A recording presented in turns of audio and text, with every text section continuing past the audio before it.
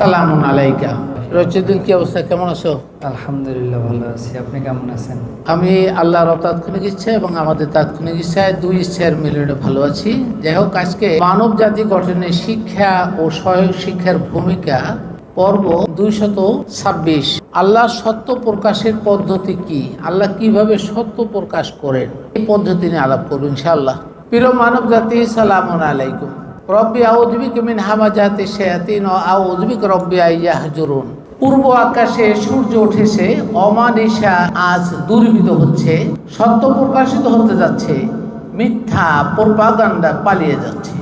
অকুল জা আল হক ওয়াজাহাকাল বাতিল ইন্নাল বাতিলা কানা যাহুকা। অত্যন্ত আনন্দ চিত্তে দ্ব্যর্থহীন কণ্ঠে আজ ঐতিহাসিক সত্য প্রকাশ করতে যাচ্ছি ইনশাআল্লাহ। জুলাই 24-এর বিপ্লবের আগে বলতে পারিনি কোরআনের কথা। মনের শত ভয় ও বিরাগ, ইবলিশ তাড়িত পাপিষ্ঠ সরকারের লোক যে কোনো মুহূর্তে এসে বিলীন করে দিত জীবনের সুখ।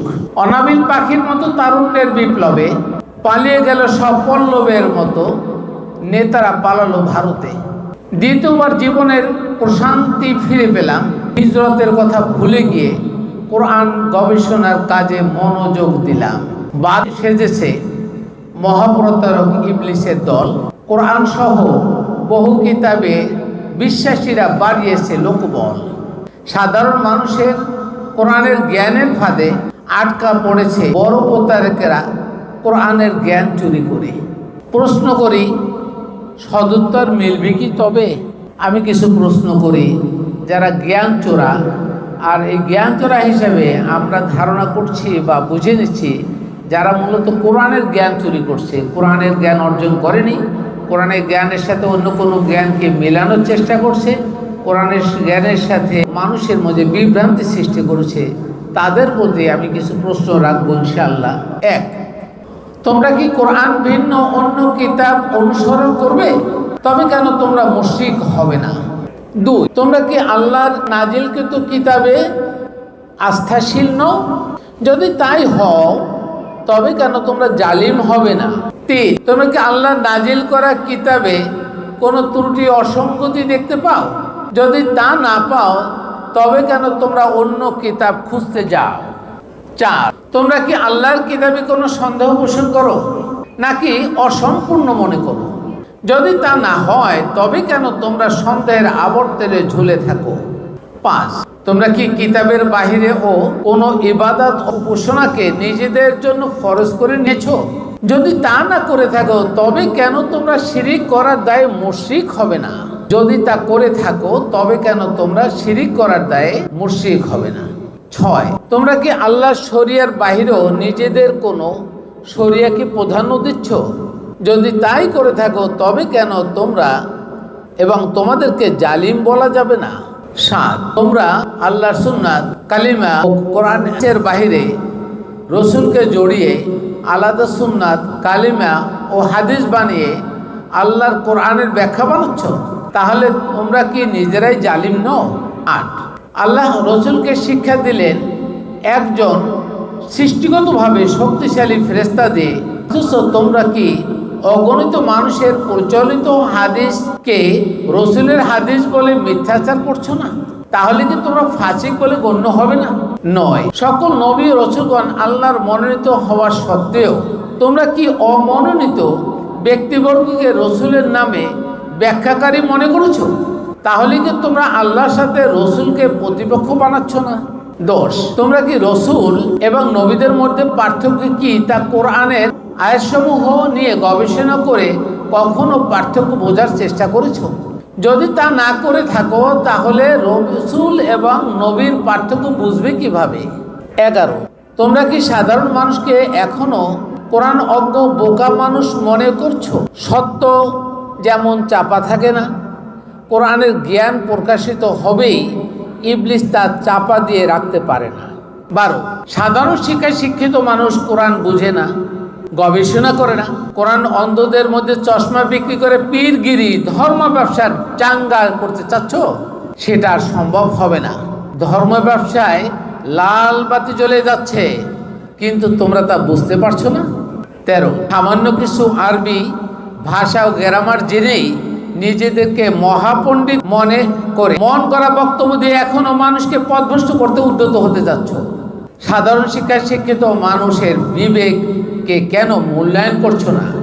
14, নামাজ সম্পর্কে যত বক্তব্য দিয়েছেন কোরআনের সাথে কয়টা মিল আছে তা কখনো ভেবে দেখেছেন? এটার জন্য এক মহা শুভঙ্করের ফাঁদ, আপনারা কেন তা বুঝতে পারছেন না? 15, প্রচলিত নামাজে পঠিত তাশাহুদ, দুরুদ, দোয়া সূরা, দোয়া কুনুত অর্থ করে গবেষণা করে দেখুন কারা বানিয়েছে এই দোয়া। কোরআনে নাই বিধায় তা রসুল নিজে করতেই পারেন না, তারপরেও কেন বলছেন এটা রসুলের শিখানো নামাজ? রসুলের শিখানো নামাজ এটা হতে পারে না, এটা কি রসুলের নামে মিথ্যাচার না? 16, মুমিন ও মুসলিম হওয়ার শর্ত নিজেরা জানেন না বিধায় মানব জাতির কাছে প্রকাশও করেননি, অথচ কেন মিথ্যা আলোচনা করছেন? এই জাতিকে বোকা ভাবলেন? এটা হতে পারে না। 17, উম্মাদ উম্মাদ বলে চিল্লাচিল্লি করেন, সকল মানব জাতি যে একটি উম্মাদ তা কখনো ভেবে দেখেননি? নবী কি কখনো টাকা পয়সা নিয়ে ওয়াজ নসিহত করতেন? তাহলে আপনারা কেন মানুষের টাকার উপর ভরসা করে হেলিকপ্টারে চড়েন? একই গোয়ালের গরু একই আচরণ করে। এই ধরনের কোরআন অবমাননার কথা দেখেছি আপনাদের প্রায় সকলের তরে।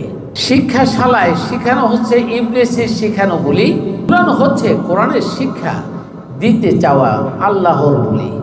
20, তারা নাকি কোরআনের কিছু অংশ মানবে আর কিছু মানবে না, এই ধারণা পোষণ করেছে। 2-85, নিজ থেকে বানানো আকীদা কোরআনে পাওয়া যায় না। বানানো আকীদা খুঁজতে গিয়ে মানব রচিত হাদিস খোঁজে, আংশিক কোরআন মানে তো আংশিক মানে না। তাদের লাঞ্ছিত পরিস্থিতি দেখছি আজ সমাজের প্রতিটি অঞ্চলে। দুনিয়ার জীবনে লাঞ্ছিত শাস্তিতে নিক্ষেপ করা হবে আখিরাতের দিনে। এভাবেই আল্লাহ প্রকাশ করেছেন কোরআনের সত্যবাণী। অধিকাংশ মানুষ আগে ভুল করেছেন, কোরআনের জ্ঞান নাহি জানি। আজকে আমরা যে প্রশ্নগুলো করছি সাধারণ মানুষের তরে, আলেম ওলামাদের পক্ষে, আপনি এই প্রশ্নগুলোকে নিয়ে কি মনে করছেন? প্রশ্নগুলো কি যথার্থ হচ্ছে নাকি ভুল ভ্রান্তি আছে? আমি মনে করি প্রশ্নগুলো যথার্থ। আমরা উত্তরের অপেক্ষা রইলাম। যারা যারা এই পোস্টটি দেখবেন তারা প্রত্যেকেই চেষ্টা করবেন প্রত্যেকটা প্রশ্নের উত্তর খোঁজার নিচ থেকে, এবং প্রত্যেকের কাছে এই বাণীগুলো ছড়িয়ে দিবেন। তাহলে আমরা আশা করি খুব অচিরেই সত্য মিথ্যার পার্থক্য ফয়সালা আল্লাহর পক্ষ থেকে প্রতীয়মান হবে। মানব সমাজ বুঝতে পারবে, মানুষ কোরআন বিমুখ হবে না। যেভাবে মানুষকে দীর্ঘদিন ধরে কোরআন বিমুখ করে রেখা হয়েছিল, মানুষকে কোরআন অন্ধ করে রাখা হয়েছিল, আজকে প্রত্যেকটা মানুষের জ্ঞান খুলবে, মানুষ জানবে। তবে আমি আবারও বলি, আমরা যে প্রশ্নগুলো করছি হয়তো সাধারণ অনেক আলেম ওলামাগণ তাদের গায়ে লাগতে পারে, হাতে লাগতে পারে, কিন্তু আমি আশা করব আপনারা এই ইন্টারনাল জেলাসি বন্ধ করে অবশ্যই এখান থেকে শেখাও জানার চেষ্টা করবেন, নিজেদেরকে সংশোধন করবেন, সেই সাথে নিজে নিজে আল্লাহর কাছে তওবা করবেন আপনাদের ভুলের জন্য। আর একই সাথে আমরা সামাজিকভাবে একনিষ্ঠ হয়ে কাজ করার চেষ্টা করব, যাতে সমাজের প্রতিটি মানুষ কোরআন জানে ও বুঝে এবং নিজ থেকে কোরআনের প্রতিটি আয়াতের আমল করে। কারো উপরে কোনো আমল চাপিয়ে দিতে চাই না যেটা রসুলও করেন নাই। আপনারা কেন করবেন? আপনারা আপনাদের নিজেদের করে মন গড়া হাদিস, আকাবিদের শরিয়া এগুলো চাপিয়ে দিতে পারেন না। ব্যক্তি কোরআন জানবে ও বুঝবে এবং সেই অনুযায়ী আমল করবে, এটাই আমাদের আকাঙ্ক্ষা। Jafar Ahmed, research on Islam.